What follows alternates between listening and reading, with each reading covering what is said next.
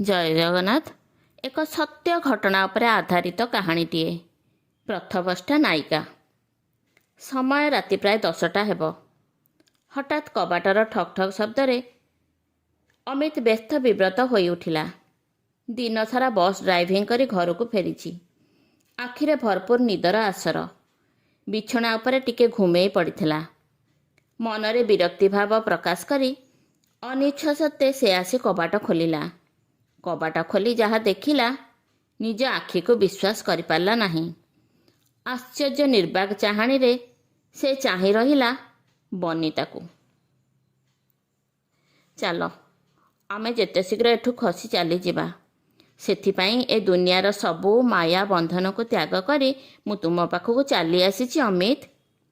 ସ୍ତବ୍ଧ ନିର୍ବାକ ଚାହାଣୀରେ ବନିତାକୁ ଚାହିଁ ରହିଥାଏ ଅମିତ। ବନିତାର ଆପଦ ମସ୍ତକରୁ ସେ କେବଳ ନିରୀହ ଚାହାଣୀରେ ଅବଲୋକନ କରୁଥାଏ। ପାଦରୁ ଅଳତାର ଗାର ଲିଭି ନାହିଁ, ହାତରୁ ମେହେନ୍ଦିର ଗନ୍ଧ ମଧ୍ୟ ଯାଇନାହିଁ। ସିନ୍ତିରେ ସିନ୍ଦୁରର ଗାର, ହାତରେ ରକ୍ତବର୍ଣ୍ଣର ଶଙ୍ଖା, ଦେହରେ ଲାଲ ବର୍ଣ୍ଣର ଦାମିକା ଶାଢ଼ୀ। ଅମିତ ମନେ ମନେ ଭାବୁଥିଲା, ଏଇ ଶଙ୍ଖା ଆଉ ସିନ୍ଦୁର ତ ଜଣେ ବିବାହିତା ହିନ୍ଦୁ ନାରୀର ପ୍ରତୀକ। ଏଇ ପ୍ରତୀକ ପାଇଁ ତ ଦୁଇଟି ଅଜଣା ହୃଦୟ ଏକାଠି ହୋଇଯାଏ। ଦୃଷ୍ଟିଗୋଚର ହୁଏ ନୂଆ ଘରଟିଏ। ସଂସାର ଗଢ଼ି ଉଠେ। ସମସ୍ତ ଭାଇ ବନ୍ଧୁ କୁଟୁମ୍ବ ଗୁରୁ ଗୁରୁଜନମାନେ ଆଶୀର୍ବାଦ ଦିଅନ୍ତି। ବଧୂଟିର ଆଗମନରେ ସବୁ ମଙ୍ଗଳମୟ ହୋଇଉଠେ। କିନ୍ତୁ ଏ କ'ଣ? ବନିତା କ'ଣ ପାଗଳୀ ହୋଇଯାଇଛି ନା କ'ଣ? ଅମିତକୁ ଠେଲି ଦେଇ ରୁମ୍ ଭିତରକୁ ପଶିଗଲା ବନିତା। ଆଦେଶାତ୍ମକ ଭଙ୍ଗୀରେ କହିଲା, ଓଃ ଅମିତ, ତମେ କ'ଣ ମୋତେ ଦେଖିନ? ଏପରି ଆଶ୍ଚର୍ଯ୍ୟ ହୋଇ ଚାହିଁଛ କ'ଣ? ମୁଁ ପରା ତୁମ ପାଖକୁ ଚାଲି ଆସିଛି। ତମେ କ'ଣ କିଛି ବୁଝିପାରୁନାହଁ? ଏତିକି କହି ହଠାତ୍ କବାଟ ବନ୍ଦ କରିଦେଲା ବନିତା। ଅମିତ ନିର୍ବାକ ହୋଇ ଚାହିଁ ରହିଥାଏ। ମନେ ମନେ ଭାବୁଥାଏ, ଏ ସଂସାରଟା କ'ଣ ଏମିତି? ନାରୀଗୁଡ଼ିକ କ୍ଷଣିକ ଆନନ୍ଦ ଉପଭୋଗ କରିବା ପାଇଁ ସଂସାରର ସମସ୍ତ ବନ୍ଧନକୁ କ'ଣ ଭାଙ୍ଗି ଦିଅନ୍ତି? ଭଲ କ'ଣ ମନ୍ଦ କ'ଣ ସବୁ ବିଚାରଧାରାକୁ ଭୁଲି ଯାଆନ୍ତି। ଶେଷରେ ହୋଇଯାଆନ୍ତି ପଥଭ୍ରଷ୍ଟ। ଆଉ ପଥଭ୍ରଷ୍ଟ ନାରୀମାନେ କ'ଣ ସମାଜର ମୁଖ୍ୟ ସ୍ରୋତରେ ସାମିଲ ହୋଇପାରନ୍ତି? ସମାଜ କ'ଣ ତାଙ୍କୁ ଆଉ ଶ୍ରଦ୍ଧା ସମ୍ମାନ କରେ? ସେଇ ଭାବନାର ରାଜ୍ୟରେ ବୁଡ଼ି ରହି ସେ ମନେ ମନେ ବନିତାକୁ ପ୍ରଶ୍ନ ପଚାରୁଥିଲା, ତମେ ଏ କ'ଣ କଲ ବନିତା? ଅମିତର ହାତକୁ ଜାବୁଡ଼ି ଧରି ବନିତା କହିଲା, ତମେ ଏପରି ସ୍ତବ୍ଧ ହୋଇଯାଉଛ କାହିଁକି ଅମିତ? କ'ଣ ମୋ ଉପସ୍ଥିତିକୁ ତୁମେ ବିଶ୍ୱାସ କରୁନାହଁ? ଆଜି ବି ମୁଁ ତୁମର ସେହି ବନିତା, ସେହି ପ୍ରେମିକା, ସେହି ନାୟିକା। ତୁମକୁ କେତେ ମନ ଭରି ଭଲ ପାଇଛି। ଦେହ ଆଉ ଯୌବନକୁ ତୁମ ପାଖରେ ସମ୍ପୂର୍ଣ୍ଣ ଭାବରେ ସମର୍ପି ଦେଇଛି। ତୁମେ ମୋ ମନର ନାୟକ, ହୃଦୟର ଦେବତା।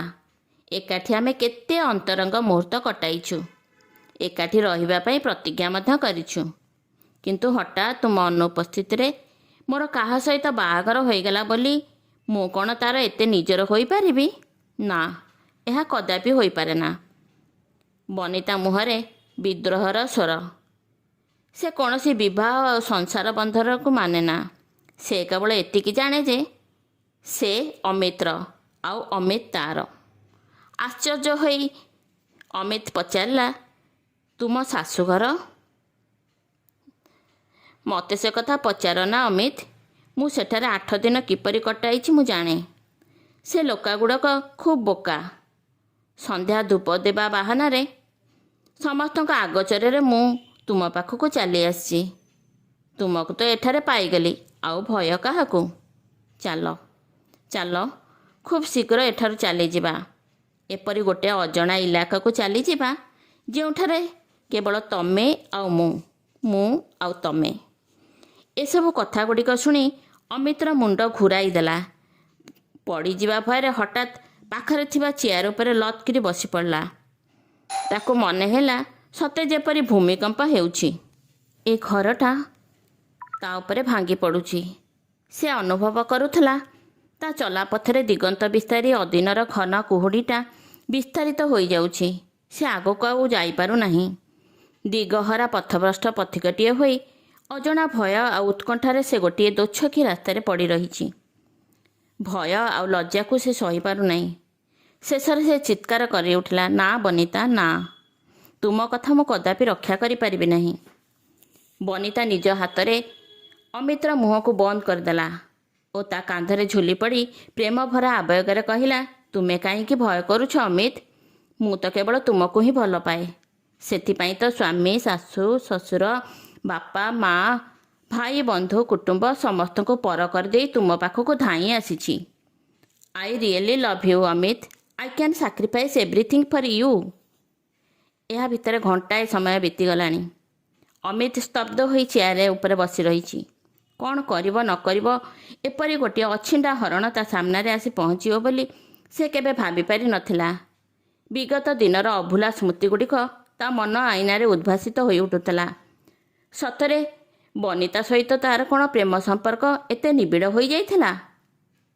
ପହିଲି ପ୍ରେମ ସ୍ପର୍ଶର ମୁହୂର୍ତ୍ତକୁ କିଏ କ'ଣ ଭୁଲିପାରେ? ସେଦିନର ତାଜା କଥା ଆଜି ତାର ମନେ ପଡ଼ିଯାଉଛି। ଅମିତ ଉପହାରଟିଏ ବଢ଼େଇ ଦେଇଥିଲା ବନିତାର ହାତକୁ। ହାତ ସହିତ ହାତର ସ୍ପର୍ଶର ଅନୁଭୂତି ଥିଲା ଅନନ୍ୟ ରୋମାଞ୍ଚକର। ସେହି ଅନୁଭୂତିର ଆବେଗକୁ କେବଳ ହୃଦୟର ସ୍ପନ୍ଦନରେ ଅନୁଭବ କରିହେବ। ଏହାପରେ ସେ ଦୁହିଁଙ୍କ ମଧ୍ୟରେ ସୃଷ୍ଟି ହୋଇଯାଇଥିଲା ନିବିଡ଼ ପ୍ରେମ। କେହି କାହାକୁ ଦିନେ ନ ଦେଖିଲେ ବ୍ୟସ୍ତ ବିବ୍ରତ ହୋଇଯାଉଥିଲେ। ଏହାପରେ କେତେ ଦିଆନିଆ, ଅନାଅନି, କଥାବାର୍ତ୍ତା, ଗୋଟିଏ ପରେ ଗୋଟିଏ ପ୍ରେମର ପାହାଚ ସେମାନେ ଅତିକ୍ରମ କରିଯାଇଥିଲେ। ଏହାପରେ ଯାହା ହେବାର ନଥିଲା ତା ମଧ୍ୟ ହୋଇଗଲା।